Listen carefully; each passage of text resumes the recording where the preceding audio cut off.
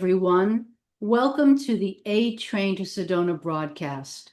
I'm Linda Marsanico. The A Train to Sedona is also the name of a memoir I wrote about my journey to love and compassion. I wrote it with my heart. I share my failures, my successes, in the hope that my journey will inspire yours. You can buy a signed copy on my website at lindamarsanico.com. You can also buy a regular copy from Amazon, Barnes & Noble, Walmart, and bookstores. Now, I also have a free gift for you. I call it the cheat sheet for high vibration living. 7 exercises designed to keep your energy in the present moment and vibrant. And I'll highlight bringing in the divinely inspired violet light, a very powerful energy that comes in to protect you. When I leave the house, I often invoke just by intention, and you've got it. And you can download a free copy of the cheat sheet on my website at lindamarsanico.com. I have 2 disclaimers. One, that this broadcast does not establish a professional relationship. And 2, that the ideas expressed on talk radio do not necessarily represent the station. They are our opinions. Today, my guest is Hugh Massie. Hugh Massie is the executive chairman and founder of DNA Behavior International, the behavior and money insights company. By applying quantum leap thinking and AI-driven technologies, Hugh helps growth-minded leaders create an exponential future by building, quote, category king, end of quote, people-centric businesses, enhancing financial decision-making, culture, and performance. Hugh's purpose is to empower people worldwide to optimize the alignment of their natural hardwired talents and financial behaviors to make quantum leaps for creating an exponential future with reduced stress, thereby enabling greater happiness, more success, and improved health for 30 or more years. Hugh partners with clients to create an exponential future by developing trailblazing financial behavior apps for building the new matching economy, impacting all key areas of life, finance, and business. Hugh, welcome to the A Train to Sedona. And you need to unmute yourself. I'm unmuted now. Sorry, I was waiting to listen to that wonderful introduction, Linda. So it's great to be with you on this show, and I feel very connected, and the music up front really helped as well, I think. And also, you're wearing this pink shirt to vibrate at a very high energy. So you're going to radiate through the show, Hugh. Absolutely. Let's create great energy for everybody else and uplift them and their lives. Absolutely. We want to do that. And that's one of the purposes of this show. So I wonder, Hugh, if you could share what influences from your past bring you to where you are today. That's a big question, and I think what we were wanted to talk about. So I'll cut to the chase. I'm a boy without a father, and as I've reflected through my life, my dad died when I was 1, my mum was pregnant with my brother, and as I've reflected on my life, that had a very big impact on me. And while on one side it could be looked at as a trauma, and it was, I think that anybody that loses a parent at any time, there's a trauma involved with that. But also it created an opportunity, and I think what I've had to learn to do is sort of connect the dots on both those, and accept that the hand I was dealt, but use it to create an opportunity. And that's what I've done. I think that my behavioral hardwiring was heavily shaped by my dad dying at that early age, and I've had to grow from there. But firstly, I had to understand it. Did you have a mentor when you were a male mentor when you were growing up? Not really, Linda, till I was about 16 when my mother got remarried. And so then my stepfather, Roger, stepped into my life and he became, I think, in a way, that mentor. He became a guide. He opened me up to opportunities that probably I would not have otherwise had. And I think, the scenario when my dad died, he's 36 years old, he was an only child. And his father, who was my grandfather, died a few months after him. And Oh, so and my grandfather's brother died as well. So the sort of the family became pretty bereft, and the only two Massies standing were me and my brother, but we're 1 year old and zero. And my mother was from England, and we were brought up in Australia. You can tell from my accent, I'm Australian.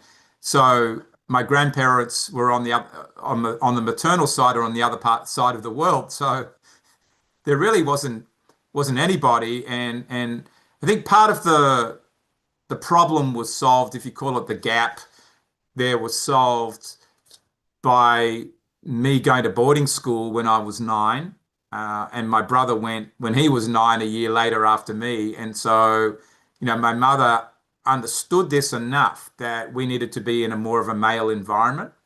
And, the sacrifice to her was she didn't have her two kids at home, but uh, it was you can look back at all of these decisions and say, are they right? I think that while I wouldn't say that every day at boarding school was great, it was probably the right choice when I look back on it.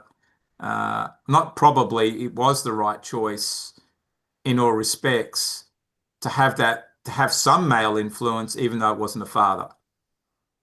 so overall, you feel pretty satisfied with being at boarding school. Of course, you had your brother with you, and that helped, I would imagine. Yeah, but the way we weren't separated, but we weren't together either, and if that makes sense. So, we're in a different, 2 years apart in schooling, even though we're not much over a year gap in age. Uh, you're funneled off into different activities, things, although we liked a lot of the same sports, which was a good thing. So John and I were both, you know, passionate about cricket. We enjoyed tennis, golf, swimming was something that we were, good at. Particularly he was good at. But I think so that just helped in growing up. We played a lot together. Um, as well. I'm not going to say I was the perfect older brother either, but so I think all those things helped. And being in the boarding school, though he was there, uh, I think is the right thing was the right thing in terms of some boundaries being set, being around other boys, Yeah. the activities that you go and do in that environment was good. I mean, you had a lot of group activities, which would have been beneficial as well. Group activities, you get some tough love as well, and but I think also I was lucky that you can't underestimate the role of my mother here. I think she's played had to step up, and while no mother in the boy without father scenario that I grew up in can play dual roles fully, she did Right. a pretty good job at covering for it, and certainly, and my grandmother, we certainly didn't want for anything in our lives, in the upbringing, and that, and I've got to credit my mother a lot for that. And, you know, she's a player in this in the sense of, well, of course, being the mother, but she's impacted by my father dying as well. Yes, she had to be very strong. And you mentioned to me, is she 94 now? She's 94. She's fully with it, out there making decisions and, following people up and working off her computer. And so she's fully active mentally. Of course, she's not running around doing hill sprints and on the golf course anymore, but, she's only just past that. So that's pretty good testament to her willpower and strength. And where does she live? So she lives in Sydney. Oh, but I imagine you visit because you travel the world, Hugh. So I visit a fair bit. I just was there or during July. I'll be back there later next week in Australia again. So, I do go and we talk every 2 weeks. The whole family has a conversation on Teams or Skype, Zoom, any of the media channels that we choose to use. So, communication's good, but it's of course not the same as I suppose having me around the corner in Sydney, where I used to live around the corner from Yes, from her, and my younger brother lives in Melbourne, which is like an hour's flight away. So, um, you know, she's somewhat isolated I from a see. family perspective. But hopefully she has some friends and people that she hangs with. There's no shortage of people to hang out. I mean, I have to book an appointment to see her. So, um, she's fully occupied, which is good. Yes, it is. And how about you and your brother? Are you fairly close? We're fairly close at some levels.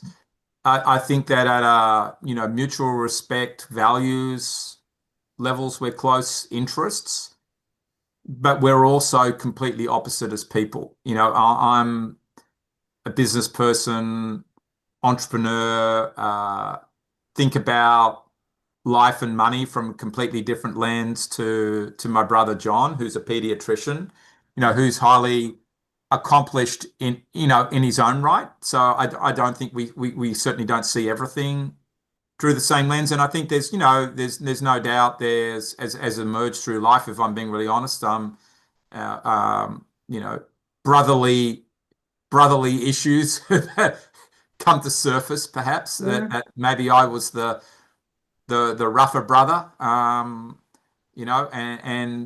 so, but we definitely, like next week when I'm in Sydney, he's coming up to see me. So, we saw each other in June. So it's not like it's not estrangement or anything like that.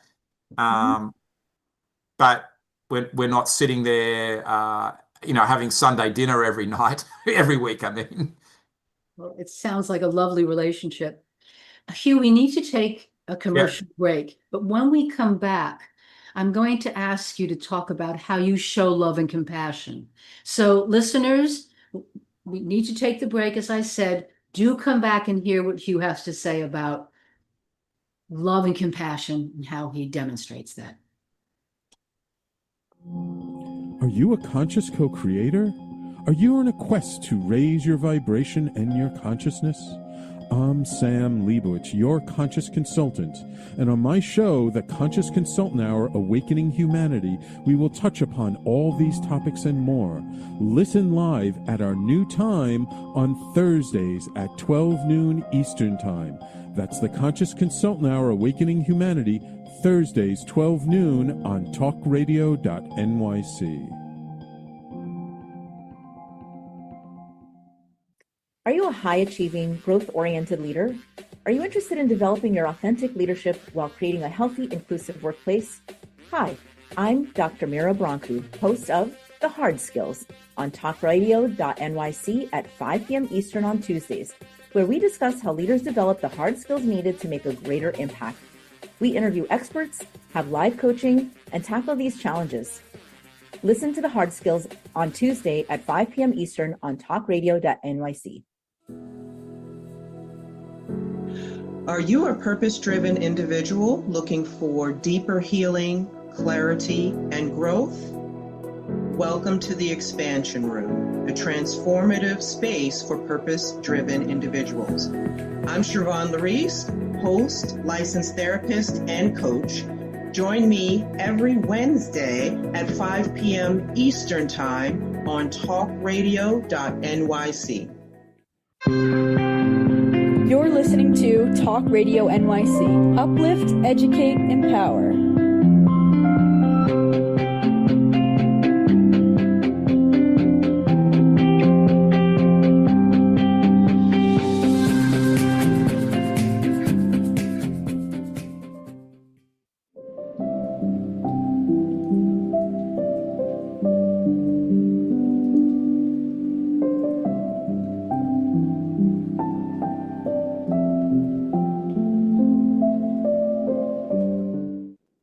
Hello, everyone. Welcome back to the A Train to Sedona broadcast. I'm Linda Marsanico with my guest, Hugh Massie.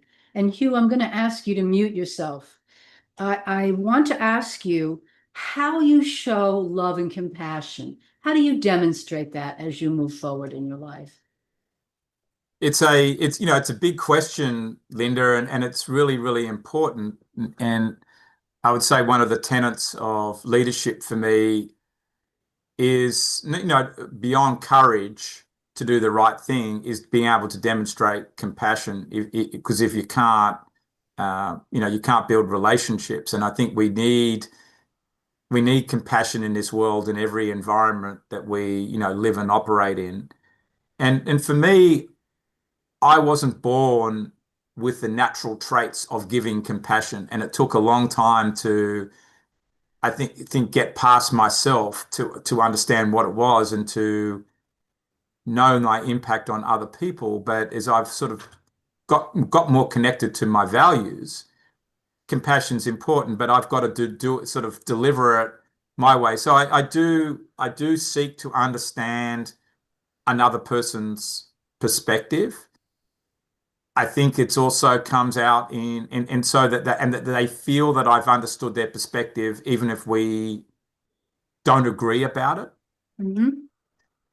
I think it's not taking a hard line with everything. I think if you're running a business, you can look at the numbers and profits and try to 100% maximize that. But somewhere there you've got to let some things go and give it a break, and also just allow the people to flourish. And as I've learned, as you do that, the business does better. But Yes. so bringing with it is a friendly approach, and Mhm. being approachable and being open to ask any question. But I think that fundamentally, to give compassion, got to understand the other person's perspective, Yes. and allow and for them to feel that you have.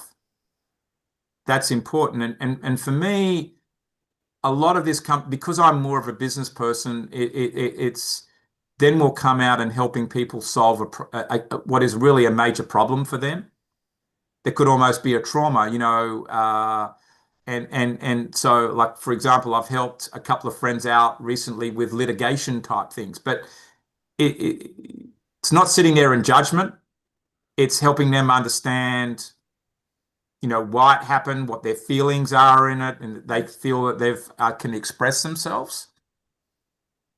With employees or people on my team, partners, just understanding and making them feel I understand where they're at on their journey. I mean, you can only be where you are. I mean, of course, we all want to improve and do better, but I think that understanding where people are at on their journey and what the decisions Mhm. are in front of them. So for me, a lot of it comes out in understanding, getting to the root of it, people's behavioral styles. Once I understand who they are at the core, then it's easy for me to adapt to them, not only in how I communicate, but maybe the feedbacks I provide, Mhm. the examples I use, the types of stories I might tell Mhm. uh, that person, because all of those things need to be in a way customized and personalized, and that's got to happen at every level. And we will, even talking about my mother before, and my brother and I being opposite, the way in which we show love and appreciation to her,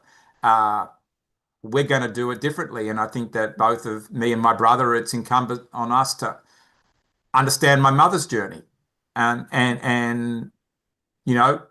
some cases, let things go or celebrate other things, um, Right. Right. and do that for each other. I think that's the compassion. But it's not just sitting there and talking about, I don't want to decry feelings. That's important. Um, but it's going beyond just feelings to real understanding. I think that's the key thing. Uh, Well, as you said, it takes a lot of work for all of us to get to compassion, not just you, Hugh. yeah, And when we show that, when we understand where someone's coming from, they feel loved. And right. of course, our employees are the most important part of our business because we depend upon them. We need to develop them. We need to understand them because the business does flourish. It's been written about, and it's so true. I wanted to ask you about boys without fathers. Why is mentoring boys without fathers so important to you? Well, I think it comes back to, the starting place of our conversation. It was very shaping on me, and when I found out the impact of it, if you want to call it the trauma, one, my mother wrote about it in her book that she's written about her life, her Globetrotter book. That when I was 3 years old, I'd been to kindergarten a couple of times, and and of course my father had died 18 months before, and the school and the kindergarten teacher said, "Has Hugh been traumatized by something?" She said, "Well, his father died, 18 months or so ago," and she said, "Well, he's not talking, he's not interacting with the other kids, he just plays by himself, etc., etc." And reel that forward. So I sort of cried a little bit when I saw that written in her book, and because I think in those days no one really knew what to do with it, but at least it was somewhat identified. And I think in my mother's own way, she knew this was a problem and tried to help me in lots of different ways. But it was shaping me as well to be, because I'm extremely introverted, believe it or not. You can see where that comes from. But I was doing, 3 years ago, 4 years ago, I was doing podcasts or conversations like this with some of our clients. And I did 6 in a row, and everybody was a boy without a father. The father had left the home early in life, and one of them had studied the impacts. And there's a lot of research out there. And what it brought home to me is aggressive behavior, for example. Okay, I was aggressive at home, right? Because I was frustrated, and partly not being able to talk, which was another thing. So talking late, literacy. So I was a late learner, developer in that area. I was plumper as a child. So, you can say obesity is an issue, and social awkwardness. These are all challenges that come Yes. to a boy without a father. And then you add to it, there's no setting of boundaries. There's no one. Then you asked about mentoring. There's no one there to set boundaries and to guide you within a way, I think, the love that a father can. Some days that's going to be encouragement. Some days it's going to be a hard hand. There wasn't that coming from a male environment. And I think now when we look in society, and I could see, okay, I'm one of the lucky ones because I think of the mother I had, but also the schooling in the boys' boarding school. But a lot of kids don't have that. And so why do then boys at 10 and 12 join gangs and later on get themselves into trouble? Yes. And I think of some of the times, not that I've been down those tracks, but I could see there's times when maybe I've operated without boundaries too, and would that have happened if a father was there? Who knows, right? But that's a societal issue that we need to deal with. It's a family issue, and so I think this is a big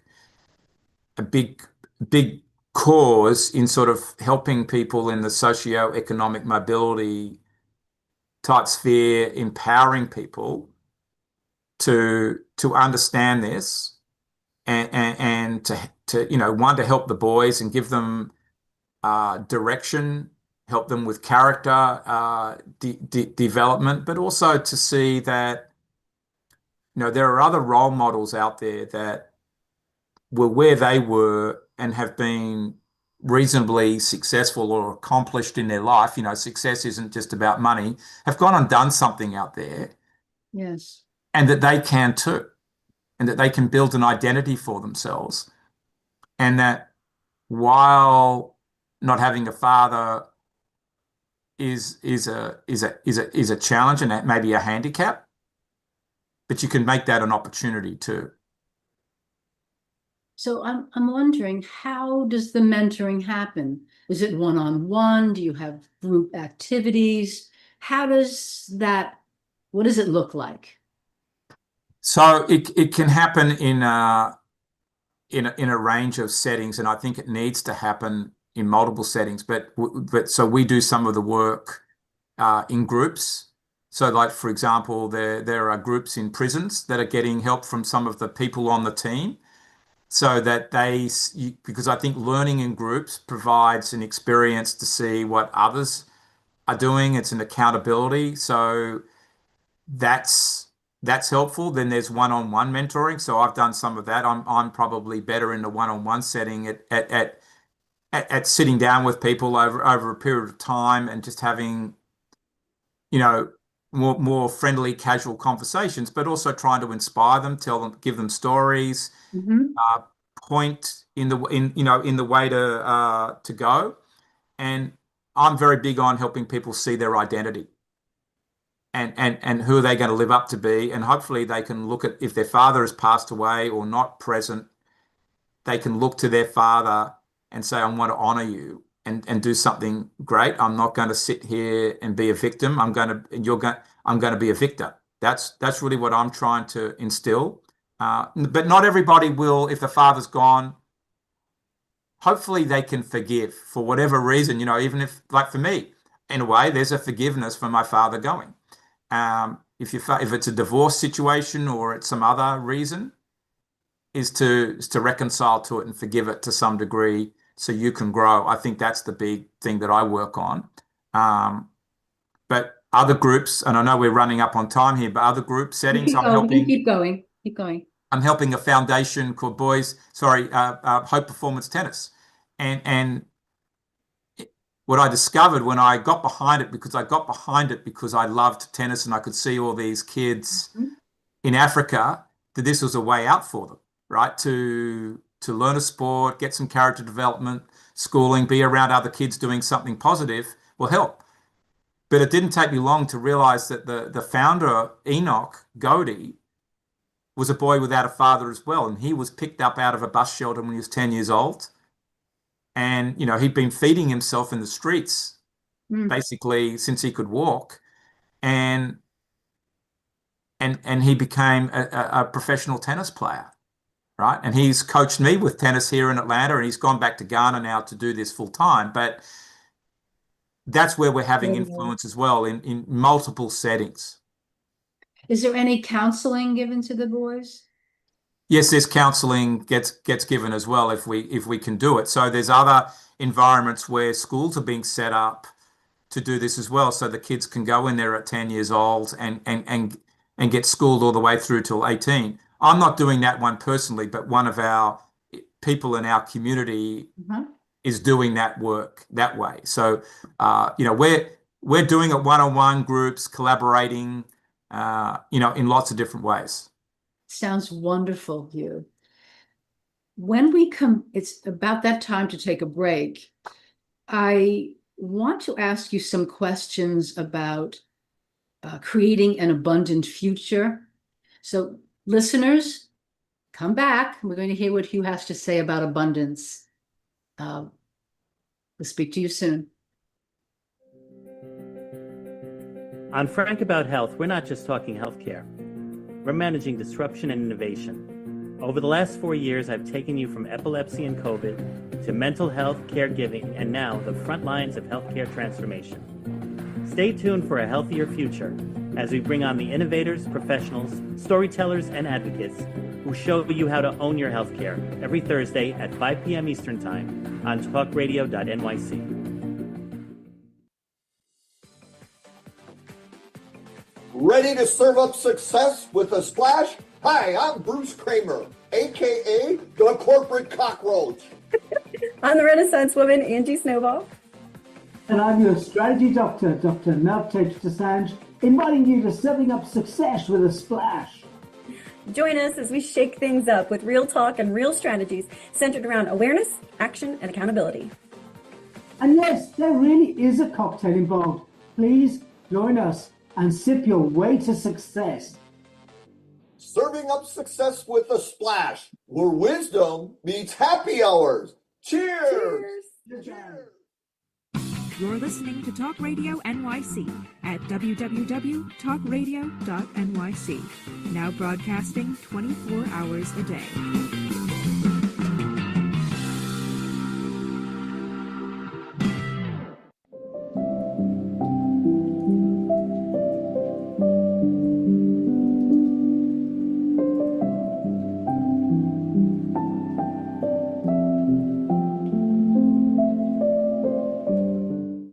Hello, everyone. Welcome back to the A Train to Sedona broadcast. I'm Linda Marsanico with my guest, Hugh Massie.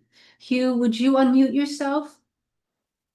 I want to ask you, before we move on to creating abundance, is there anything else that we need to hear from you regarding Boys Without Fathers? It's such a big thing for me. And this is what attracted me to asking you on the show.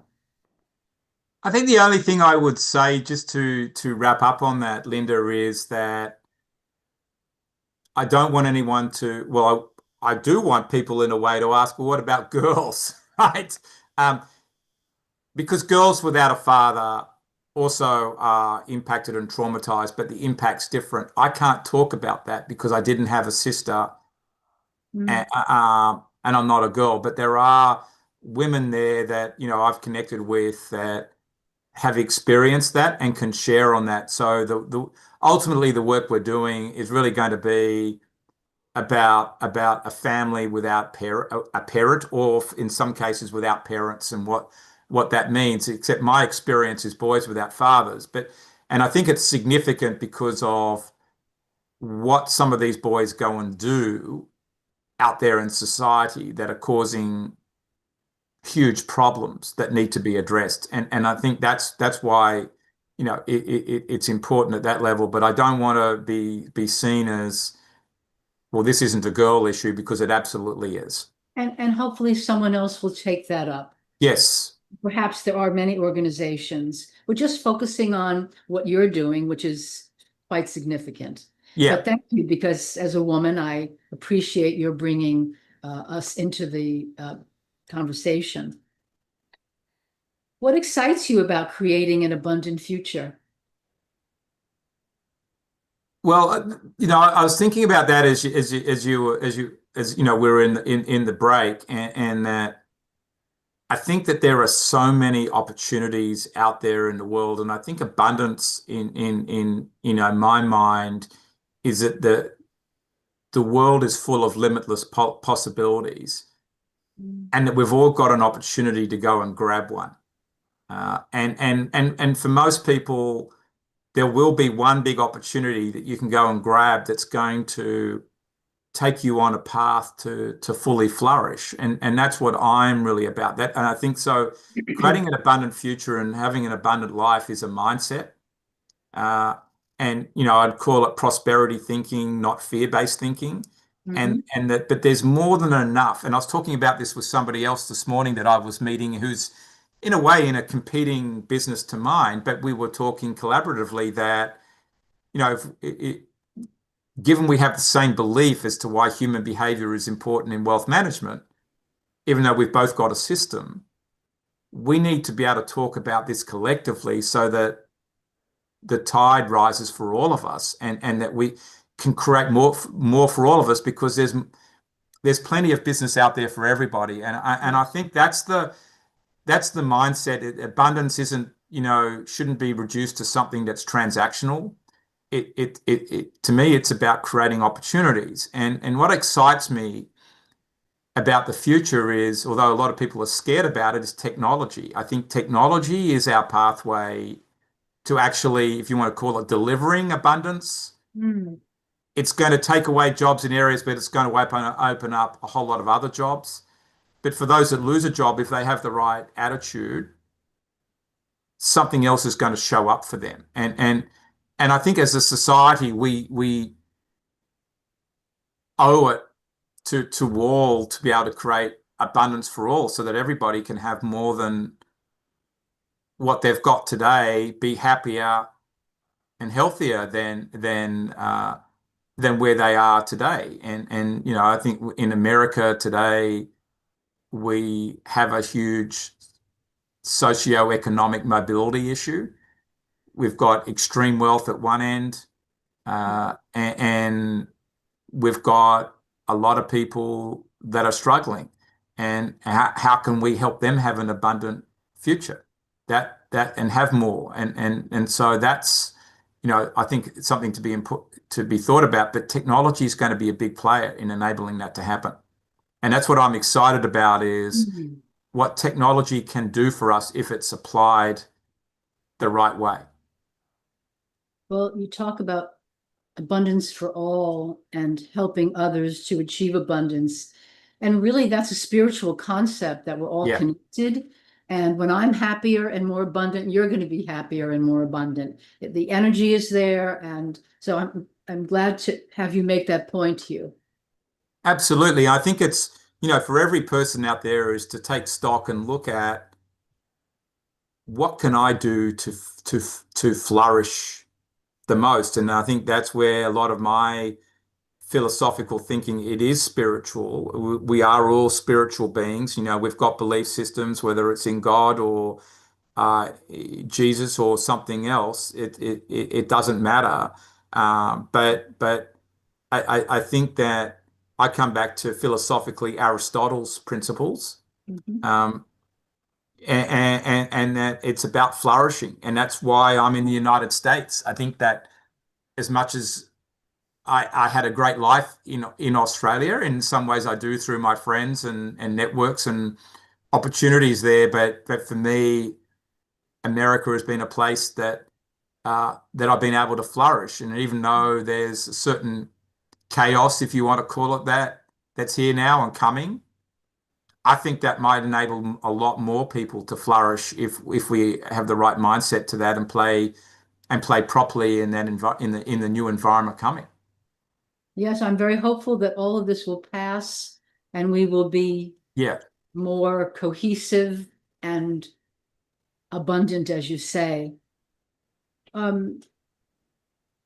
What is the key factor which holds people back in life and business?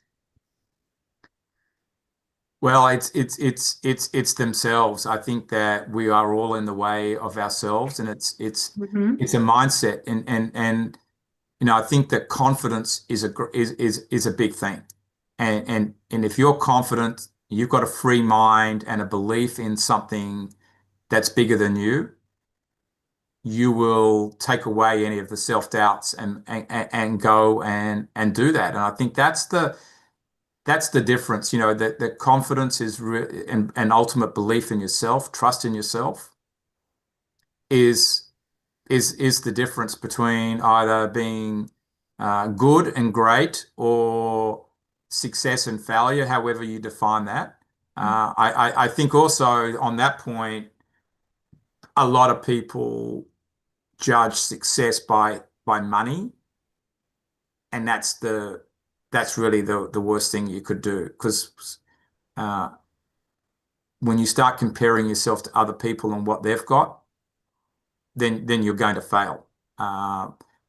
It's very negative. It's a very negative thing to do. It's very, very negative. And so that's the first problem. You've got to be comfortable enough in your own socks and your own identity.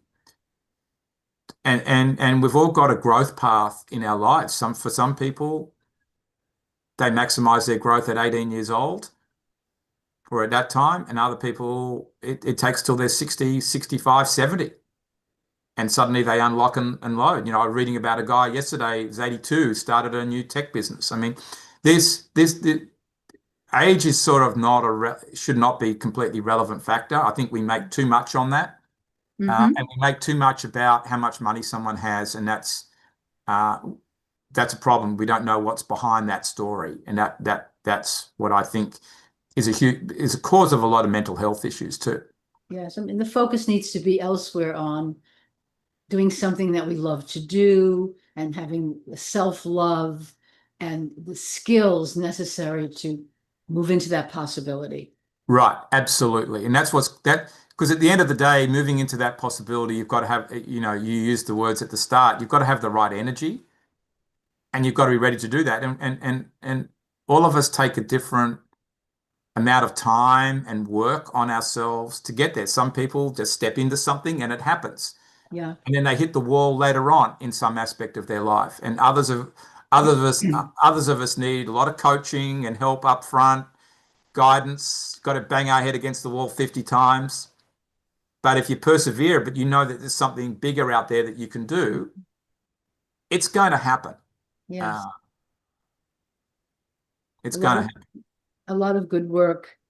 It makes me think of the footballer Pele, who was interviewed. Of course, he passed now, but in his heyday, he was the best footballer in the world. And he was interviewed, and someone said, "You probably don't even have to practice. You're so good."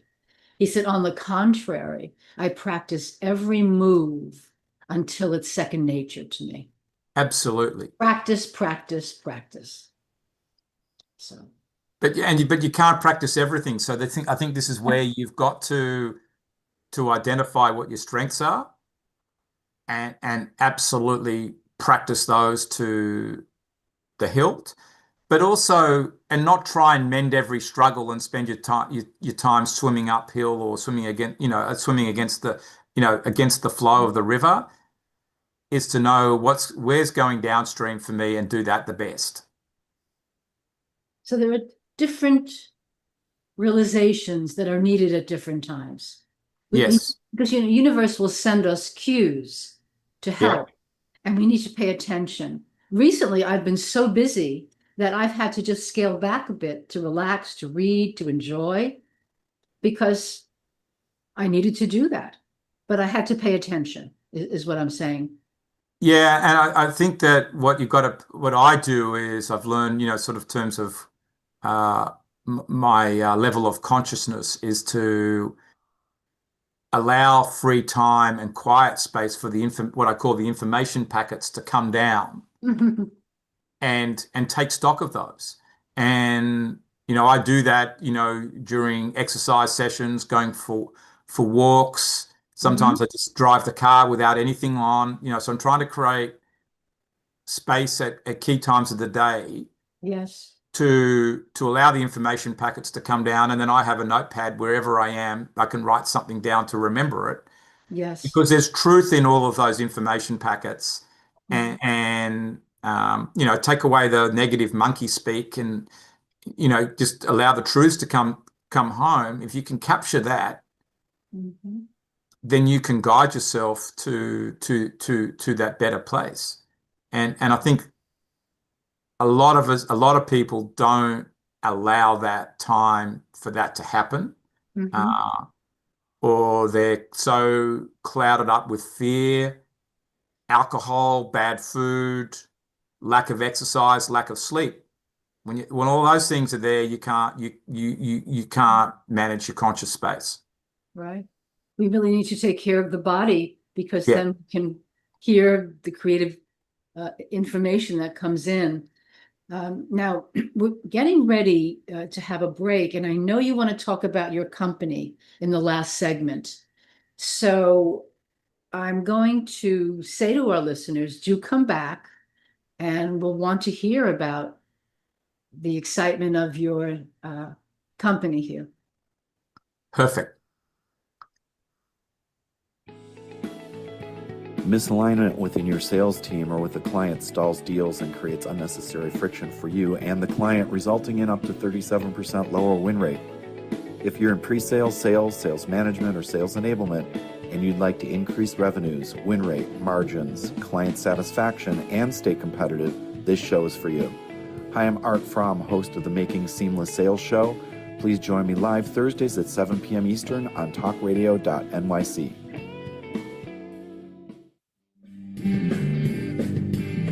Hey everybody, it's Tommy D, the Nonprofit Sector Connector, coming at you from my attic. Each week here on talkradio.nyc, I host a program, Philanthropy in Focus. Nonprofits impact us each and every day, and it's my focus to help them amplify their message and tell their story. Listen each week at 10 a.m. Eastern Standard Time until 11 a.m. Eastern Standard Time, right here on talkradio.nyc. Hi, I'm Linda Marcanico. The A Train to Sedona is a memoir about my journey to love and compassion. It's also the name of my new broadcast on Wednesdays at 12 noon. When we are spiritual, we embrace possibilities and ideas, which strengthen our mind, body, spirit, health, and wisdom. On the A Train to Sedona broadcast, I plan to interview guests who embrace these expansive practices. Join us on Wednesdays at 12 noon on Talk Radio New York City. You're listening to Talk Radio NYC at www.talkradio.nyc. Now broadcasting 24 hours a day.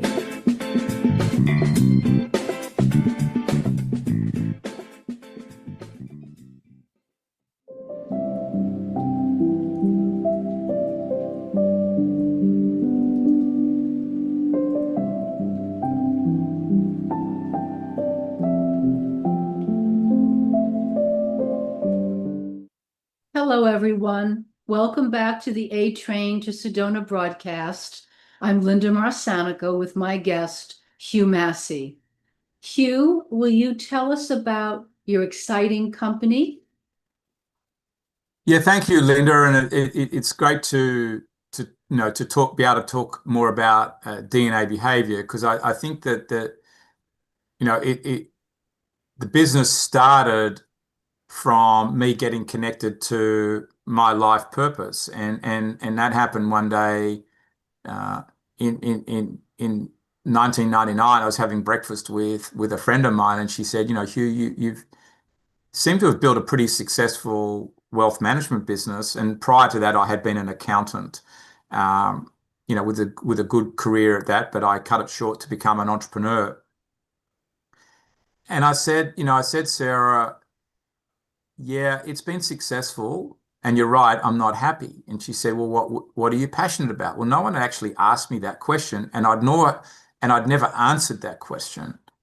And I said, I want to help people all over the world become financially self-empowered. And I think I was just become aware enough through sort of self-development work and exploring that if something came from my subconscious with that level of clarity, then it was meant to be, and I need to deal with it and find a way to live it out. And so I then went on a reflection journey. And what I realized was to help people become financially self-empowered was not helping them in the traditional financial literacy way of, this is a stock, this is a bond, invest money, it will grow, etc.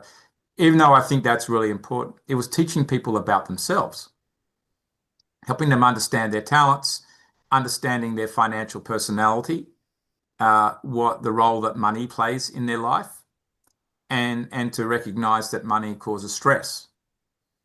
And that if you are going to help somebody create wealth, because I was a wealth manager, then I needed to understand the human being in front of me end to end.